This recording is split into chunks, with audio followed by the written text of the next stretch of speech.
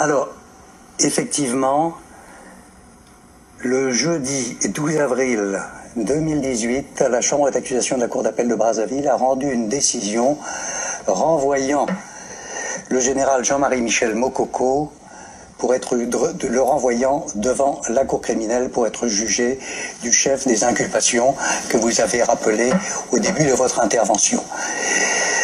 La défense a un délai pour se pourvoir en cassation.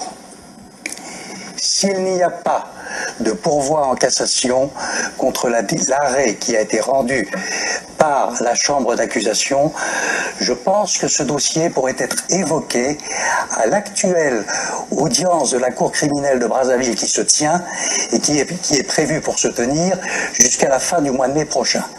Par contre, s'il y a effectivement un pourvoi en cassation régularisé par la défense, je ne sais pas... en détention... C'est lui. Provisoire. Ce sont ses avocats qui régulariseront un pourvoi en cassation. Et donc, cela ralentira la procédure. Pour une détention provisoire. Non, ce n'est pas long pour une détention provisoire. Nous sommes en matière criminelle. On est d'accord. Criminel, oui, mais c'est basé sur une vidéo qui ne donne pas assez de preuves. Voilà, nous ne sommes pas ici pour aborder le fond du dossier et ce ne serait pas loyal de ma part puisque je n'ai pas... Non, ce ne serait pas loyal de ma part dans la mesure où je n'ai pas de contradicteur.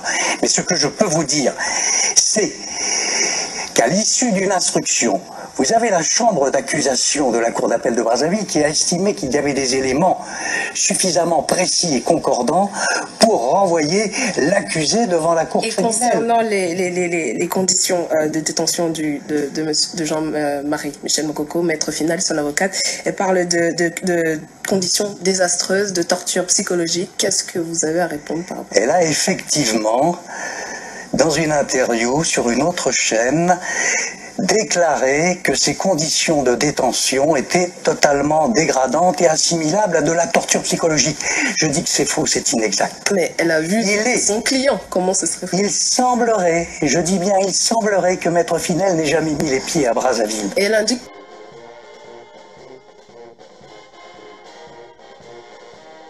aussi, toujours, justement, que l'instruction s'est faite uniquement à charge. Comment peut-on espérer un procès équitable dans ces conditions? D'abord, les conditions de détention. Je veux quand même vous indiquer que le général Jean-Marie Michel Mokoko est détenu dans une pièce de 80 mètres carrés qui lui tient lieu de cellule. Que cette pièce a été aménagée en chambre, en bureau, avec espace de travail, avec télévision et avec climatisation. Je dois ajouter qu'il a la possibilité de se livrer à des activités physiques et sportives 2 jours par semaine. L'instruction à charge, c'est une affirmation.